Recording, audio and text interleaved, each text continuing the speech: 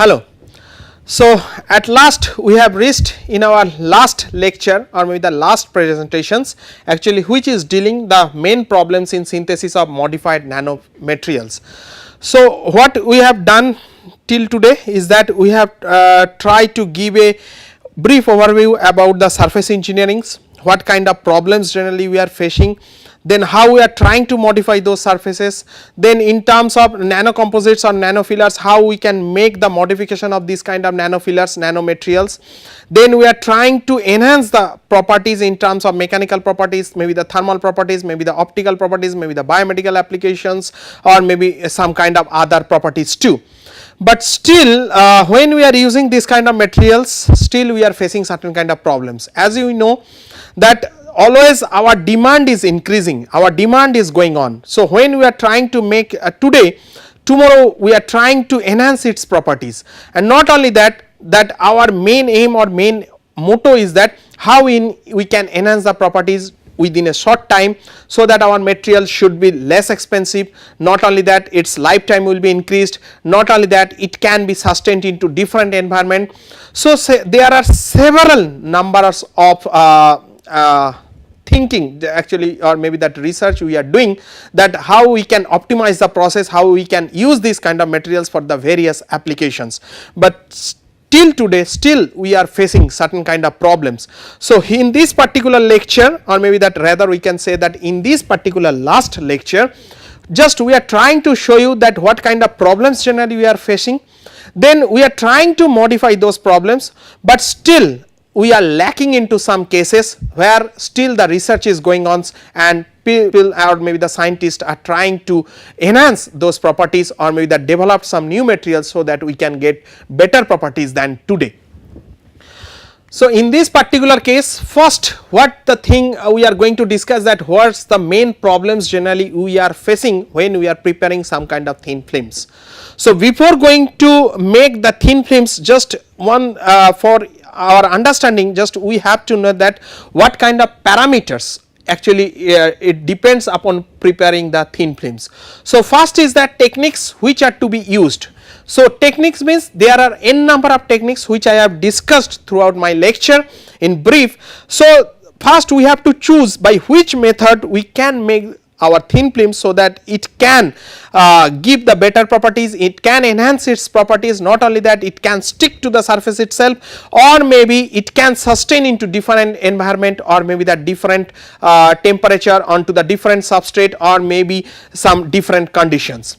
Next is that processing temperature and pressure, that while making this kind of thin films, what kind of temperature I can put, what kind of pressure I can put, because I will show you that at different temperature and the different pressure the material structure is totally different. So, when the material structure is totally different, the material property is also totally different.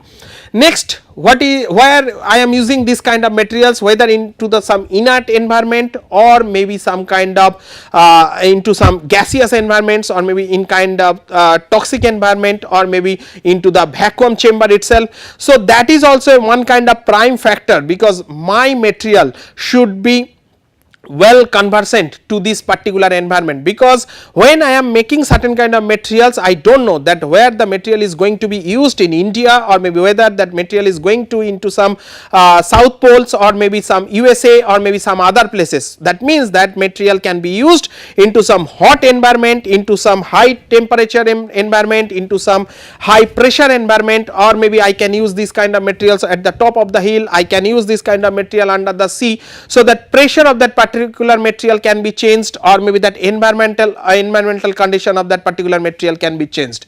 Then the next one is that the source of precursor. Source of precursor is nothing that from what source I am making this kind of materials. So, what is the source of that particular material, whether that material can be sustained into different environment or not, whether that material can be having the good life or not. Then the speed of rotations in terms of spin coating, that means what is the processing conditions of that particular material, how much rotations I can put, how much pressure I can keep, how much temperature I can give to prepare this kind of materials. Not only that, time durations, that how much time it is taking to make the final product, whether the reaction will be very short time, whether the reaction will be for a longer time, because I have shown in my some previous lectures also, if I increasing the reaction time, automatically the thickness of that coating or maybe the thickness of the thin film can be increased. So this is also a vital input parameters for making the thin films. Not only that, the rate of depositions, that how fast the material is depositing or maybe the how slow the material is depositing, because it depends upon so many properties, that addition of that particular material, how fast it is, whether the addition properties of the substrate is very high so that it can easily absorb the materials, or maybe the materials can be deposited easily onto the substrate or not, or maybe that how slow the deposition rate it is. So depending upon that, the thickness of that particular thin films can be increased or maybe the decreased. So here we have given certain examples. So the examples is for the iridium oxide thin films formations via ALD process or maybe the atomic layer deposition process.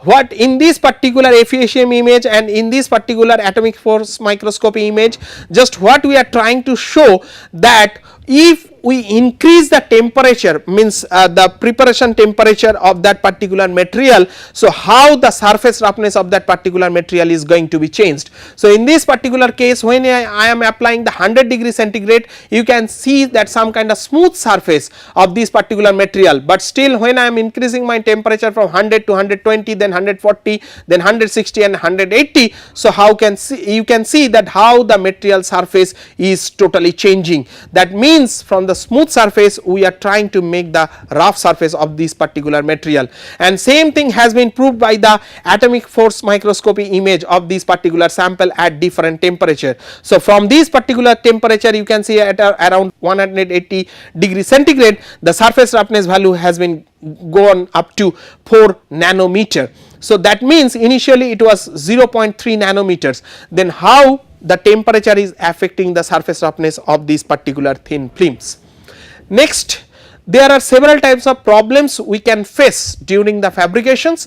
First one is that uniform film thickness, that is the vital parameter, because every time we are talking about the coating, but coating properties also depend upon the thickness. Not only that, the deposition rate of that particular material onto the substrate itself. So first one is called the uniform thin film thickness. So in this particular case, we have done the cross sections of the solar cell materials, and the top of that we have done the coating by its gold, but from this particular image you can see that coating thickness has been varied into different zone. That means non-uniform film thickness has been observed for these particular materials.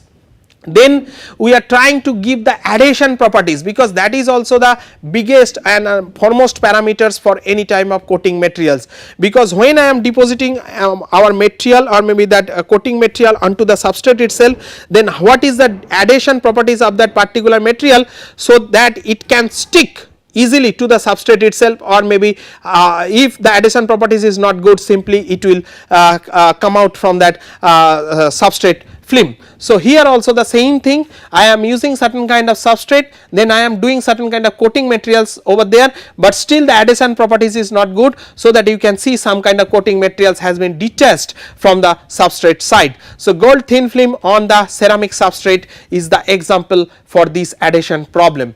Then another one is that crack formations. So when I am doing our coating materials or maybe the coating onto the substrate, then after drying, when I am trying to use this kind of coated materials, maybe there is some cracks or maybe that pores can be generated at that particular point. So that actually taking place, that some kind of crack formations. So here we are trying to show some kind of cracks in the titanium dioxide thin films. So crack has been formed in that, and we have seen this kind of phenomena by doing the FECM or maybe the scanning electron microscopy images.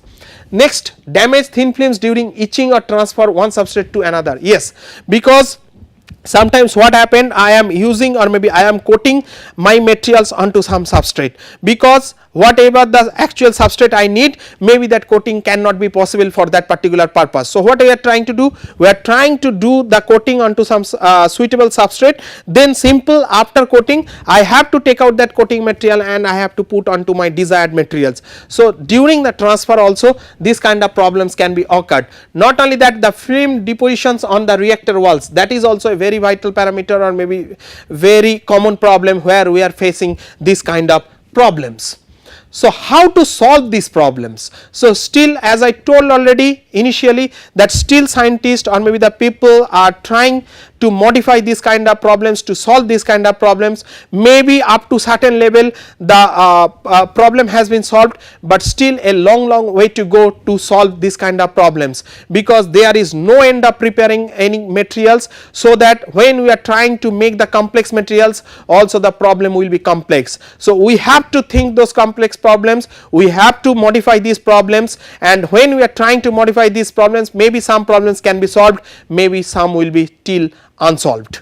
So, the how to solve this problem? First is that uniform thin film can be obtained during optimized parameters. For example, in case of spin coating techniques, the higher of spin rate, longer time effect the film uniformity. So, this is one kind of parameters, or maybe this is one kind of requirements by which we can increase the thickness, or maybe that can get the uniform thickness of that particular material, but still this remedy is not same for all. Maybe I can use some kind of materials tomorrow where I cannot get the same thickness over there. So, still scientists or maybe the people are trying to modify this kind of problems. Here the substrate should be cleaned by etching process, chemical etching, plasma etching, or maybe the ultrasonic etching the surface to prevent the peeling off. So, by doing the etching process we can enhance the adhesion properties, because when I am trying to coat our coating materials onto the substrate itself, if the adhesion properties is not, material is good, so what will happen, or maybe some kind of oil or maybe some water molecules are present, simply the coating material will not stick with onto the substrate itself. So, what we have to try to do, we have to make certain kind of rough surface over there, or maybe some water molecules or oil molecules we have to take it out, or maybe there is some dust particle are present. So, we have to remove those dust particles so that our coating material can stick properly onto the substrate itself. So, here we are trying to show some kind of peroxide thin films fabrications on each glass substrate. So, first we have done the etching of that particular glass, then we have deposited this thin film onto the glass substrate itself. Here some kind of crack-free fabrications of thin film using surfactant such as polyethylene glycol, PEG, and the ethylene cellulose here. So, what we are trying to do, we are trying to use some kind of binder materials so that that coating materials will not will be crack free, and when it will be deposited onto the substrate itself, there will not be any formation of crack or pores will be occurred.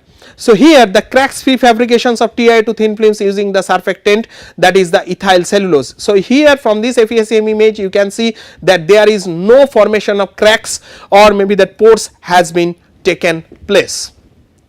So, here while we have already discussed about the microencapsulations also, we have discussed that how we can do the microencapsulations, how we can do the coatings of these particular microencapsules.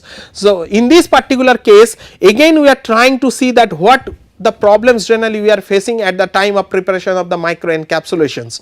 So, before going to start, first we have to know that what are the major elements in microencapsulation process. So, first one is called the core, then wall, then microencapsulation process selections, capsule post treatment, capsule substrate interactions, storage of core into wall material, release and reaction phenomena, and the product performances. So, these all are the major elements in microencapsulation process. What are the factors that should be considered during the microencapsulations? First one is that core is solid or maybe the liquid, solubility characteristics of the core, reactivity of the core with wall materials and solvents, size of the desired capsules, method of attaching the capsules to the desired substrate, method of core release, process and product economy. So, first we have to make certain kind of coating materials or maybe the core materials. On top of the core we have to do certain kind of coating materials, then the whole materials I have to put into some thin films or maybe some into some functionalized groups so that it can be attached with the substrate itself. So,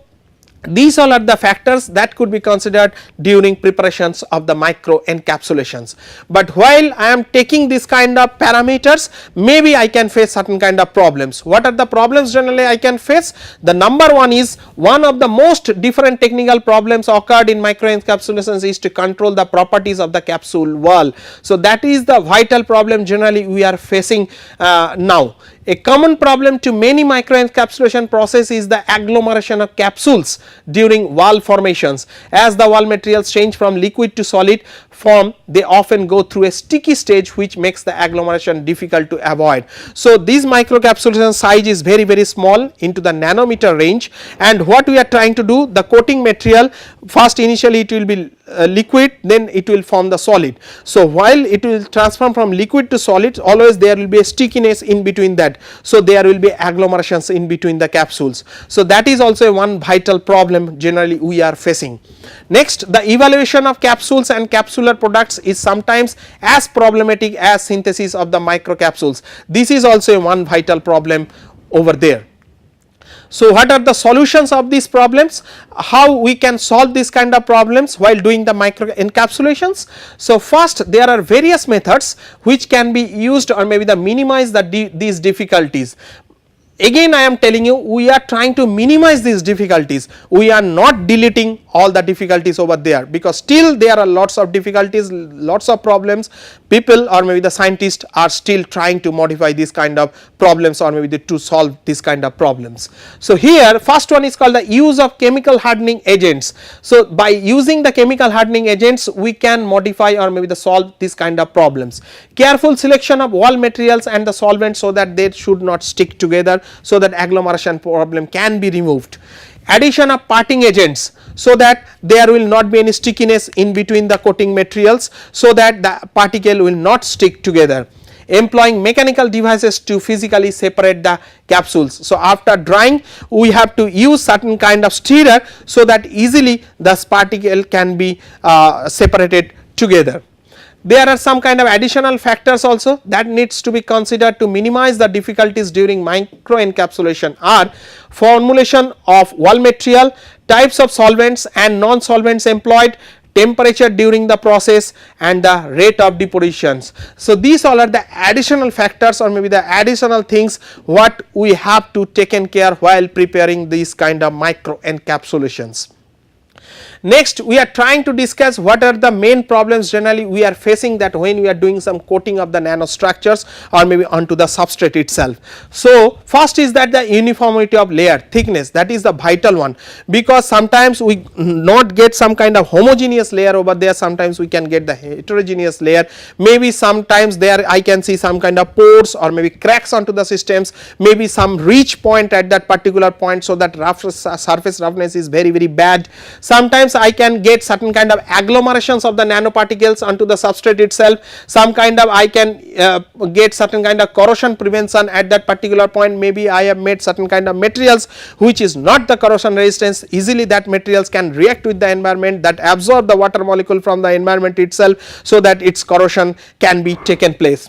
Also some kind of hiding the functional characteristics like optical, electrical and magnetic to the substrate itself. Yes, of course, because when I am trying to use the coating materials onto the substrate, simply it will hide the substrate properties because it will coat all over around. So, whatever the substrate properties actually that substrate is having, so it will diminish those properties, only we will get that what the coating material properties is having.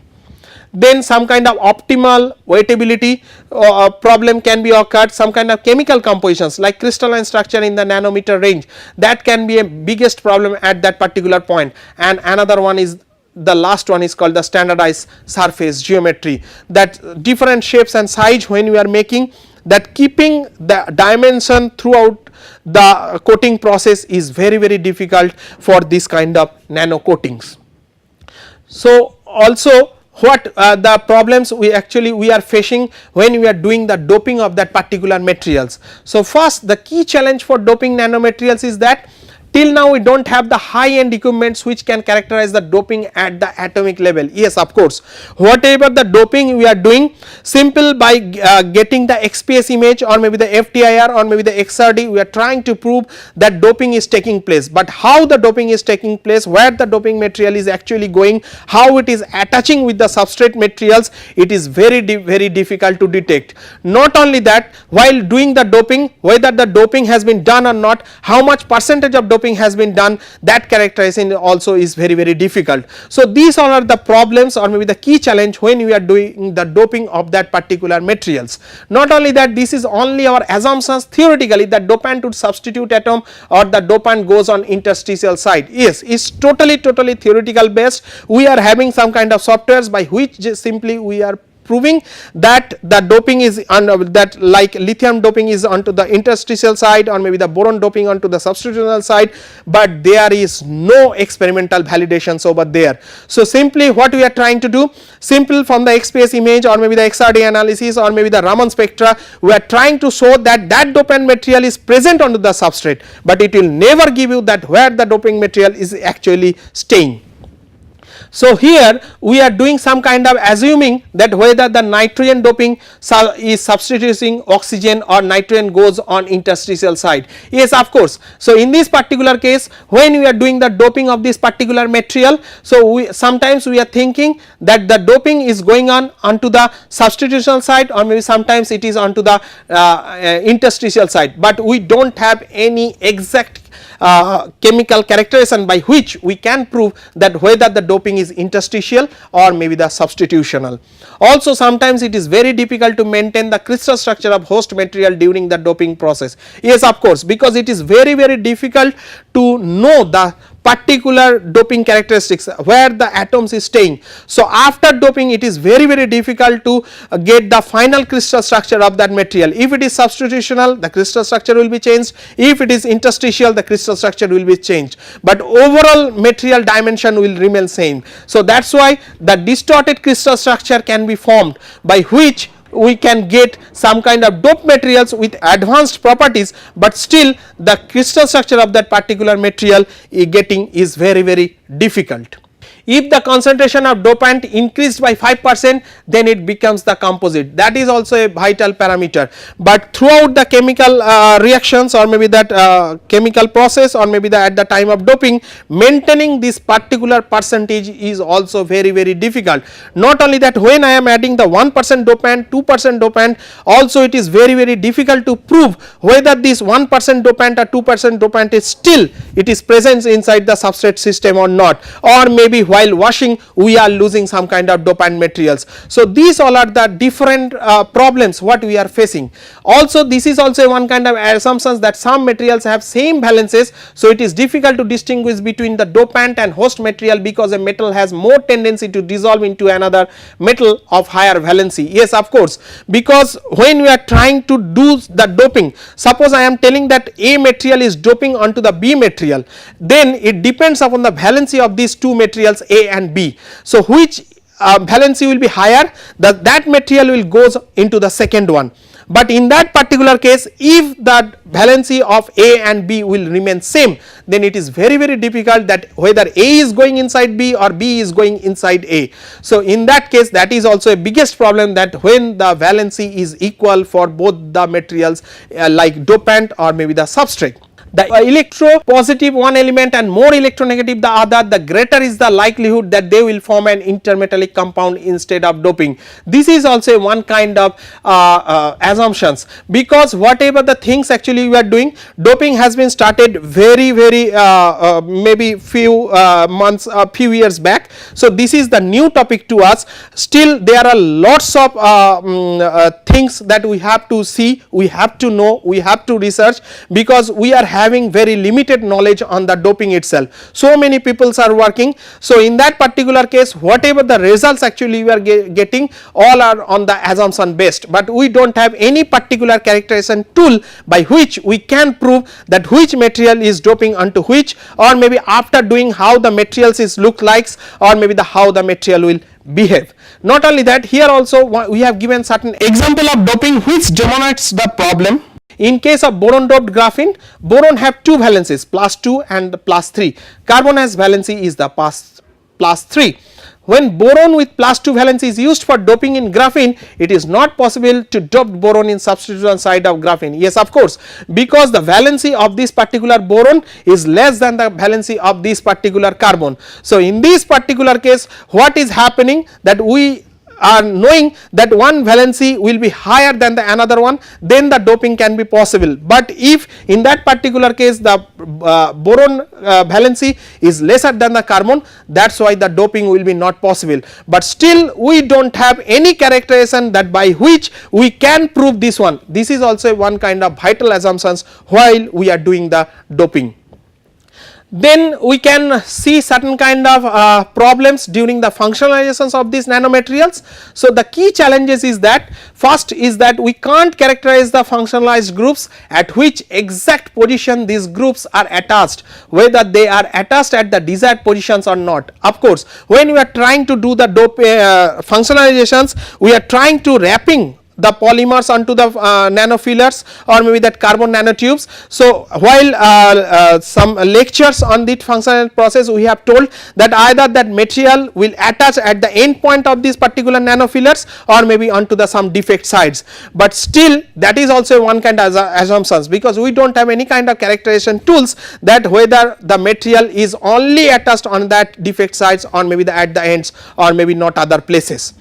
Then it is difficult to ensure the exact quantity of particular functional groups attached to the nanomaterials. Some basic characterizations which are used to detect the presence of typical functional groups have limitations to detect some of the element or sometimes overlapping in particular peaks, as in FTIR and XPS. Of course, because when we are attaching some kind of materials that is below the carbon, it is very difficult to detect those materials inside the systems itself. So suppose I am doing some kind of lithium, then it is very difficult to detect that whether the lithium has been attached to the substrate or not, or maybe the lithium is present to the systems or not, because above the carbon groups, then only it is possible to detect these kind of materials through some kind of characterizations. So that is a lack of this kind of characterization techniques. Not only that, some reactions control functionalizations is very difficult to achieve to detect particular requirement of functional groups as per applications and the host materials. Not only that, when I am doing this kind of functionalizations, I am doing some kind of chemical reactions, whether that exact particular group has been attached to that filler or not, it is very difficult to detect. So simple, by doing several characterizations we can assume that this kind of materials has been attached to the systems, but it is not fully confirmed. Next, we are trying to give certain kind of examples of functionalization which demonstrates the problems. Functionalization of quantum dots have several difficulties owing to reduced stability of thiol based conjugations along with aqueous and salt incompatibility, and thus requires more unconventional approach. And also we can do the functionalization of DNA nanostructures. For integration of proteins, a challenge has been the coupling of oligonucleotides to unique position on the protein and subsequent purification of the conjugate. The same thing I am telling once again, that when I am doing the functionalization of this particular material, I do not know whether that particular material is going to the particular site or not, or maybe the functionalization is taking place by this particular material or not. So here in this particular case, we are showing that when we are expanding the size and complexity, that how the new functional nanostructures is forming, then new generation of DNA walkers. So here in this particular case, we are getting some in vivo selections and amplifications of DNA nanostructures. So still I am trying to attach some kind of molecules or maybe the functionalized onto this DNA structure, but still I do not know that whether this material is going to the particular side or maybe the particular positions or not. Then at the end of things that we are trying to say about the surface engineering and its applications. Now in a brief, just I am trying to tell you that in my lab what we are trying to do, or maybe on which topic we are doing work on, maybe what is our research interest. Generally we are working on the wear and abrasions of these particular materials which is coming under the nanotribology. Then we are doing some kind of fraction mechanics and fatigue mechanisms of some metal or maybe some polymer materials. Then main thing actually what we are doing, we are trying to do some kind of synthesis, coating and surface modifications of some kind of nanofillers like carbon nanotubes, graphene, silicon carbide, then graphene nanoribbons, carbon black, then carbon dots. So there are various materials we are preparing in our lab. Then we are trying to modify these materials, then we are trying to use this kind of materials for various applications. Then we are using this kind of blending, characterization and compatibilizations of polymer and metal matrix nanocomposites. Basically this kind of materials generally we are using for the aerospace applications, automobile applications, or maybe some kind of other implants. Not only that, polymer nanocomposites for high performance sensor actually we are trying to do. We are trying to use this kind of sensor materials for toxic gas detections. Not only that, nowadays we are trying to use this kind of gas sensors for the dual gas applications, where there will be a mixing of gases and we are trying to recognize those toxic gases over there. Then we are using this kind of materials, generally we have prepared in some kind of nano generator. So by pressing these materials we can generate the electronic maybe the electrical energy, or maybe we are working on the some energy storage applications like the peroxide solar cells, some kind of flowable supercapacitor and the hydrogen storage systems. And here we have done one work on the welding of polymers also, because you know the welding of polymer is very difficult, because we can't put the direct heat to that particular polymer system, then it will melt. So here we are trying to use some kind of vibrational welding techniques by which we can weld different polymer together. Then we are using some kind of non-conventional machining process in terms of electrodeposition machining and the surface finishing process, some kind of advanced surface finishing process. And we are also working on the biopolymers, say for the targeted drug delivery, some barrier applications and some kind of food packaging techniques. Not only that, nowadays we are trying to make certain kind of magnesium alloys which can be used for the orthopedic implant. So here this is my whole team. We are working in the advanced composite lab of IIT Roorkee. So this is myself. Here these two are the main backbone of this particular lecture, or maybe that whole lecture. So one is Mr. Binay Panwar and another one is Ms. Kirti Dati, those who are working as a TA1, teaching assistant 1 and teaching assistant 2, and these all are my group members, including these two, namely Subhash Singh, Soubik Bagh, Jitendra, Pushpendra, Nidhi, then Navjot, Farhan, Tushar and Manmeet, by whom that we have made this kind of lecture in front of you. Thank you.